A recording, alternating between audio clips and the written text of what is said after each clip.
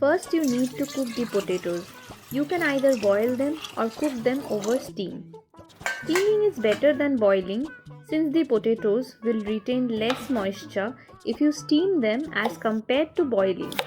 Cut the potatoes in halves if you are steaming them, and if you are boiling, it is better to boil with skin on and as a whole. The main aim is to let minimum moisture enter into the potatoes. Now, once the water is boiling, put the potatoes in the steamer and let them steam on medium heat for about 15 minutes.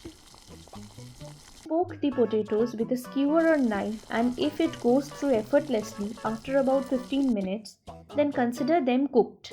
Remember, do not overboil. Then the potatoes will turn mushy and your dough will need more flour and the gnocchis will lose their taste. Place the potatoes over a dry cloth or kitchen towel for 5 minutes to let go some of the further moisture and then peel them.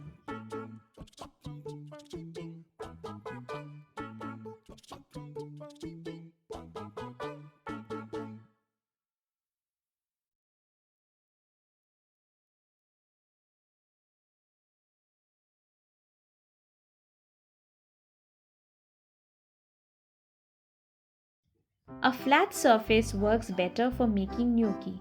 Dust your board or kitchen countertop with a layer of flour. Now grate the boiled potatoes in an even layer over this flour bed.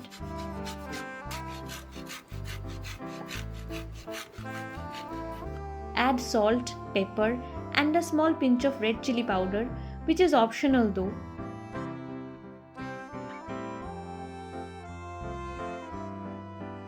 Add an egg yolk as well. Egg yolk helps in binding the dough. Try to gather everything in the form of a dough and keep adding flour. The ratio of potatoes to flour should be around 3:1, meaning that if you are using 300 gram of potatoes, then you should ideally be needing no more than 100 gram of flour. I have used about 80 gram of flour for kneading, and the rest I used for dusting while making the gnocchi. The entire dough making process should be with very light hands because this is a very soft kind of dough. Knead the dough gently for about 3 to 4 minutes just until everything comes together well. You can see that I am applying very less pressure on the dough.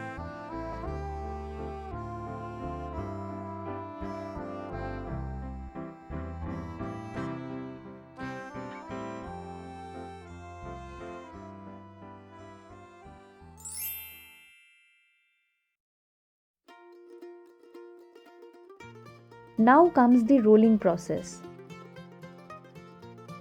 Cut the dough into small portions. Keep everything well dusted with flour at all times, else it will stick.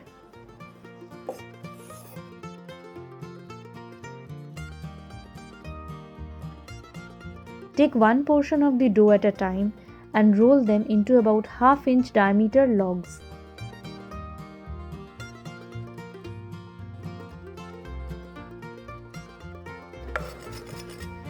Now cut the logs into small pieces, dust them with flour and keep them aside.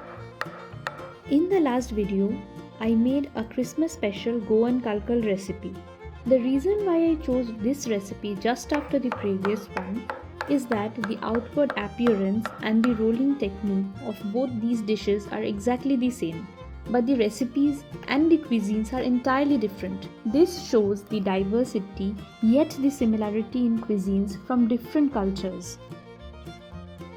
Take one dough ball at a time and very gently press them against the back end of a fork and roll lightly. What this process does is that it creates indentations in the gnocchi that lets them cling to the sauce better.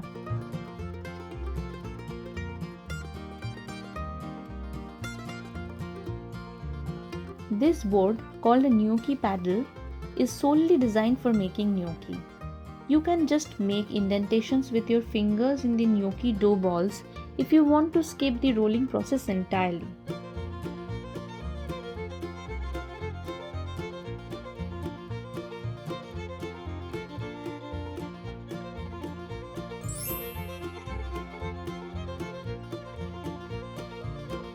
The cooking process of a gnocchi is quite fast. Prepare a pot of boiling water beforehand when you are making the gnocchis. Once the water is boiling, add the gnocchi and let them boil on medium heat. It takes about 3 to 4 minutes for them to cook. In the meantime, heat about 15 grams of butter to a frying pan.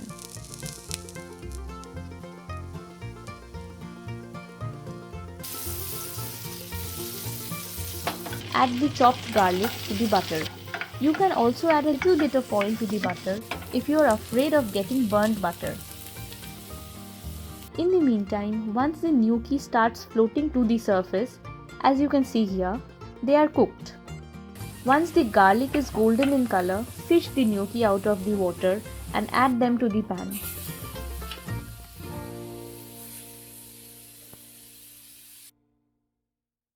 Now saute the gnocchi till they are slightly crisp on the outside and are golden brown in color.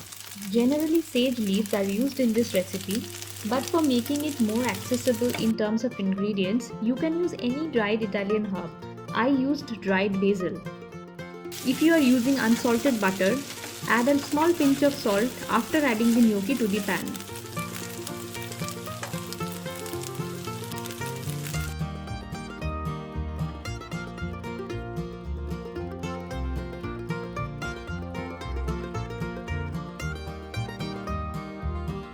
Now grate some cheese on top and you're done.